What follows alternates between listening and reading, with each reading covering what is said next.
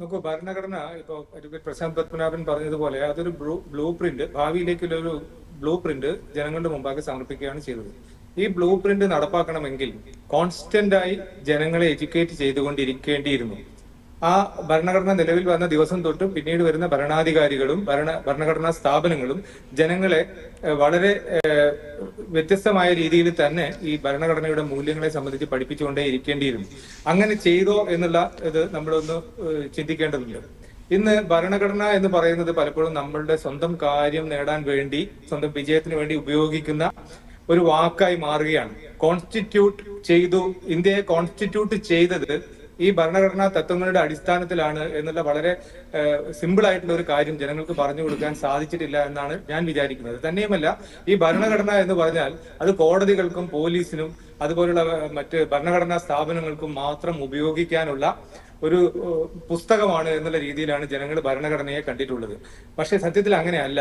ഓരോ വ്യക്തിയും ഈ സമൂഹത്തിൽ, ഈ രാജ്യത്ത് എങ്ങനെയാണ് ജീവിക്കേണ്ടത്, അവർ ഏത് തരത്തിലുള്ള മാനുഷിക മൂല്യങ്ങളെയാണ് സംരക്ഷിക്കേണ്ടത്, ഏത് തരത്തിലാണ് മറ്റുള്ളവരുടെ സ്വാതന്ത്ര്യത്തെ മാനിക്കേണ്ടത് എന്ന് വളരെ വ്യക്തമായി എഴുതിയിട്ടുള്ള ഒരു തത്വങ്ങളുടെ സമാഹാരമാണ് നമ്മുടെ ഭരണഘടന.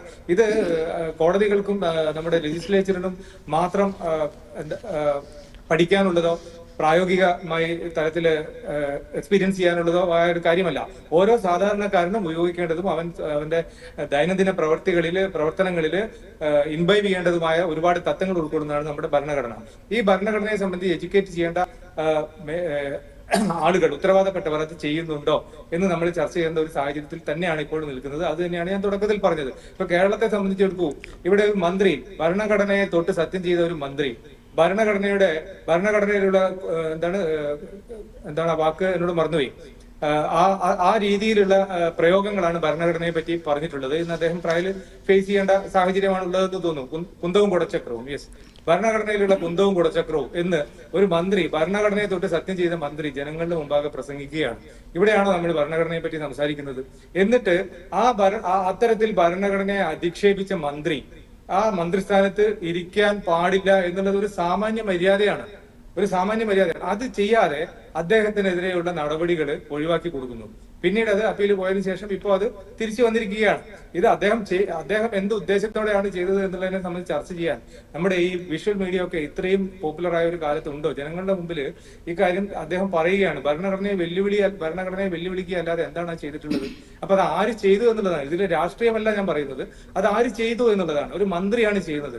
അദ്ദേഹം ഭരണഘടനയെ പറ്റി ജനങ്ങളെ ബോധവൽക്കരിക്കേണ്ട ഉത്തരവാദപ്പെട്ട സ്ഥാനത്തിരിക്കുന്ന ആളാണ്.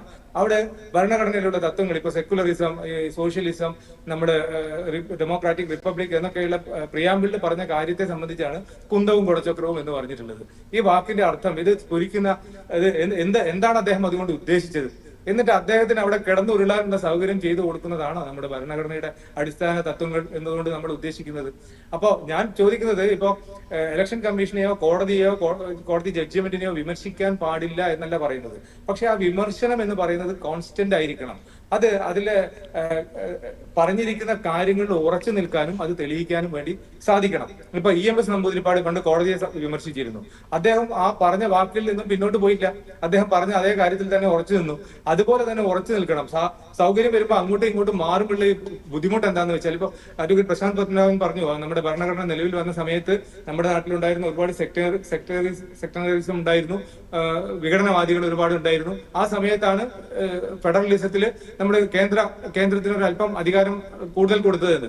ആ സ്ഥാനത്ത് നിന്ന് ഇപ്പൊ എന്ത് മാറ്റം ഉണ്ടായത്? അതും കൂടി നമ്മൾ ചിന്തിക്കേണ്ടതുണ്ടല്ലോ. ഇന്ന് നമുക്കറിയാം, കട്ടിംഗ് സൗത്തിനെ പറ്റി സംസാരിക്കുന്ന ഒരു കാലത്താണ് നമ്മൾ നിൽക്കുന്നത്. കേരളത്തെ സംബന്ധിച്ചാണെങ്കിൽ മലബാർ സംസ്ഥാനം വേണമെന്ന് ആവശ്യപ്പെടുന്ന ഒരു കാലത്താണ് നമ്മൾ നിൽക്കുന്നത്. ഇങ്ങനെ വിഘടിച്ചു പോകാനുള്ള ടെൻഡൻസിയെ പ്രോത്സാഹിപ്പിക്കുന്ന തരത്തിൽ ജാതി സർവേ, മത സർവേ എന്നുള്ള രീതിയിൽ രാഷ്ട്രീയക്കാർ തരാതരങ്ങളിൽ ഓരോ പോയിന്റ് ജനങ്ങൾക്ക് ഇട്ടുകൊടുക്കുകയാണ്. അല്ലെങ്കിൽ തന്നെ മതത്തിന്റെ പേരിലും ജാതിയുടെ പേരിലും വ്യത്യസ്ത തലത്തിൽ ഇരുന്നുകൊണ്ട് അടിയുണ്ടാക്കാൻ വേണ്ടി തയ്യാറായി നിൽക്കുന്ന ഒരു ജനസമൂഹത്തിന്റെ മുന്നിലേക്ക് കൂടുതൽ ഈ ഇതുപോലുള്ള കലാപങ്ങൾക്ക് വഴിമരുന്ന് ഇട്ട് കൊടുക്കുന്ന സാഹചര്യം ഉണ്ടാക്കുന്നത് ഏത് രാഷ്ട്രീയ പാർട്ടിയാണെങ്കിലും അവരെ നമ്മൾ തിരിച്ചറിയുക തന്നെയാണ് വേണ്ടത്. അവർ കത്തിവെക്കുന്നത് എതിർ രാഷ്ട്രീയ പാർട്ടിയുടെ കടക്കലല്ല, നമ്മുടെ ഭരണഘടനാ മൂല്യങ്ങളുടെ കടക്കലാണ്. ഇപ്പൊ ഈ ഭരണഘടനാ സ്ഥാപനങ്ങളെ ബഹുമാനിക്കാതെ ഒരു ഉത്തരവാദിത്വവുമില്ലാതെ ഭരണഘടനാ സ്ഥാപനങ്ങളെയും വിമർശിക്കുകയും എന്നിട്ട് ഏതെങ്കിലും ഒരു കല്ലെറിഞ്ഞ് ഓടിപ്പോകുന്ന കുട്ടികളെ പോലെ അതിനെതിരെ വിമർശനം ഉന്നയിച്ചുകൊണ്ട് ഓടി മാറുകയും ചെയ്യുകയും അങ്ങനെ വരുന്ന സമയത്ത് ജനങ്ങളിൽ ഈ ഭരണഘടനാ സ്ഥാപനങ്ങളോട് അവിശ്വാസം ഉണ്ടാവുകയും അത് കാലക്രമേണ ഇവിടെ പല നമ്മുടെ അയൽ രാജ്യങ്ങളിൽ സംഭവിച്ച പോലുള്ള അട്ടിമറികൾക്ക് നമ്മുടെ ജനങ്ങൾ, ഈവൻ ആർമിയുടെ കാര്യം എടുക്കും, നമ്മുടെ പട്ടാളത്തെ എന്താ എല്ലാവരും ബഹുമാനിക്കുന്ന പട്ടാളത്തിൽ മതപരമായ വേർതിരിപ്പുണ്ടാക്കാൻ വേണ്ടിയിട്ട് ഇവിടുത്തെ രാഷ്ട്രീയ പാർട്ടികൾ പ്രസ്താവന ഇറക്കുന്നില്ലേ? നിങ്ങൾ ആലോചിച്ച് നോക്കൂ. അപ്പൊ നമ്മള് പലപ്പോഴും ആർമിയുടെ ഒരു അട്ടിമറി നമ്മുടെ രാജ്യത്ത് ഉണ്ടായില്ല എന്ന അഭിമാനത്തോടു കൂടി പറയുന്ന സമയത്ത് ഈ ആർമിയുടെ ഇടയിലേക്ക് പോലും മതപരമായും ജാതിപരമായുള്ള വേവലാതികൾ ഇട്ടുകൊടുക്കുന്ന തരത്തിൽ രാഷ്ട്രീയക്കാർ പ്രവർത്തിക്കുകയാണ്.